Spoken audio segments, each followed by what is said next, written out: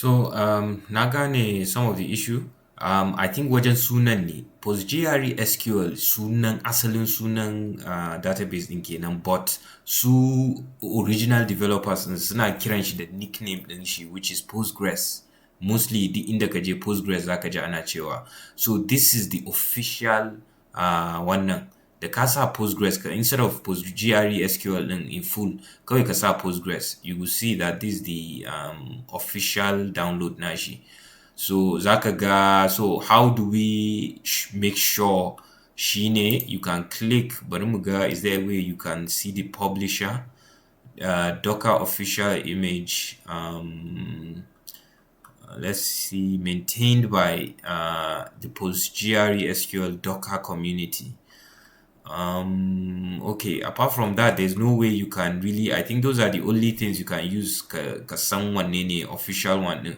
So just make sure Postgres din kake, sannan I think ga wani dan badge a nan. I think this badge is giving it shine yake authenticating wannan Docker official image din.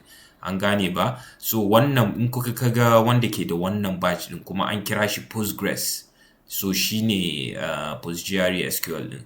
So in muka zo in ka yi clicking din shi, let's go back there again just to make sure you understand. Zaka zo Docker Hub, kai clicking Docker Hub, sai ka zo nan, sai ka sa search, sai ka sa Postgres, ba za ka sa full SQL din in full ba. In ka sa Postgres ka sa search. So gashi nan shine first one. It has over 1 billion downloads. And yana da stars, that is when the sky rating is over 10,000 stars. So kai clicking sai a sa pool, wannan PULL, you click it, shine zai downloading image din. Yanzu zai downloading image din wannan Postgres din into your Docker ne, an gane? So zaka ga in ka je Docker ɗinka, in ka je, in ya gama downloading kenan, in ka je images section na Docker ɗin nan naka, zaka ga shi Postgres ɗin yana showing. So let me just minimize this. Sanda muka yi updating Windows subsystem for Linux, sannan wannan ya fito, so we can just close it. I think inda zaka iya changing settings ne na some things relating to wannan WSL din. The thing is, shi Docker din originally a Linux ne aka yi developing din shi. So it was originally restricted to only Linux. So for them to port it to Windows, dole sai sun using one Windows subsystem for Linux. So that is just it. So you don't need to change any settings na WSL, and you can just close it tunda mun yi updating. So in ya gama, let me see, yan muna downloading. Okay, I think it's still going. Wannan internet issue din nan namu gashi, but I still haven't found a way to pause recordings. So haka nan zamu dan yi hakuri mu jira mu gani. In ya dade I might have to stop and then connect the videos later as usual. Let me see what else. We just have to wait because we're going to need she image din for us to test she database management system. So for that, I just have no choice but to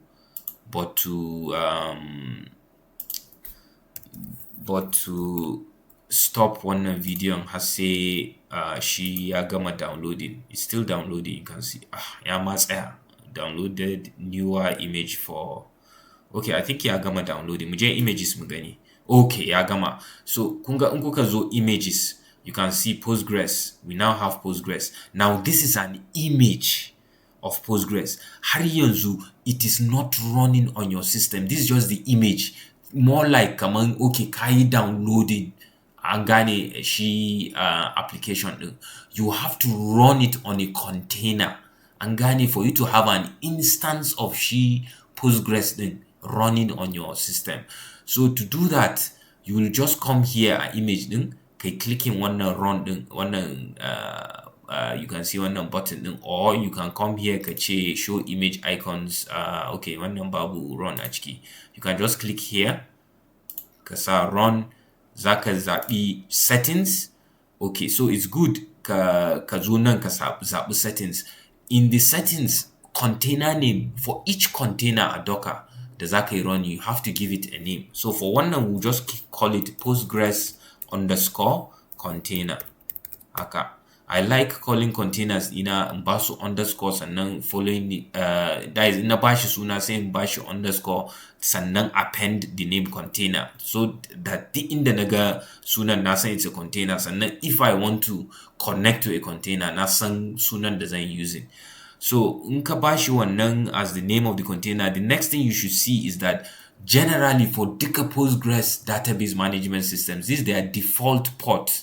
An gane TCP port 5432 shine default port na TCP nasu. So you just come here ka sa 5432. I believe idan baka sa anything a nan ba, it will just use the default port wannan 5432 din.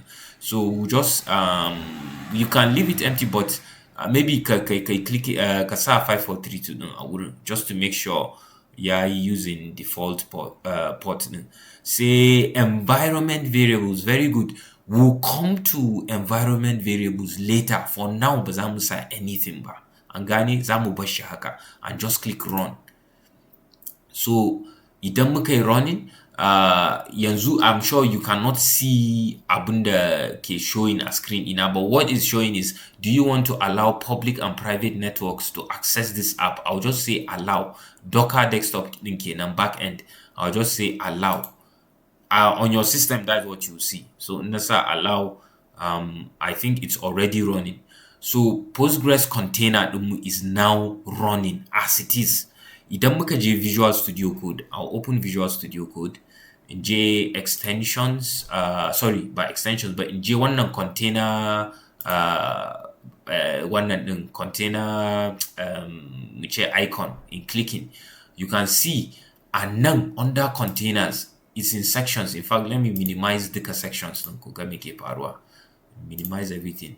So these are the sections under container. Akwai container under container icon.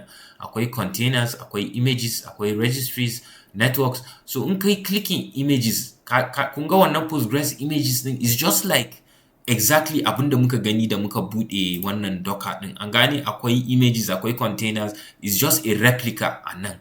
Under amfani shi extension din nan da wa'annan 3 extensions din da muka installing. An gane? So mu zo nan under container, you can see there is a Postgres container running. An gane? So a yanzu haka our database is actually running a Postgres container on a Postgres database is actually running on a container. For us to access it, do lokacin sallah yayi, I might have to stop wannan video. I will attach it, then you join in shi to next video da zamu. So we'll see in the next section later yanda za ka yi. Yanzu we have successfully installed wancan Postgres database management system. We'll see how we can access it using wannan DBeaver din. An gane? So I'll stop recording.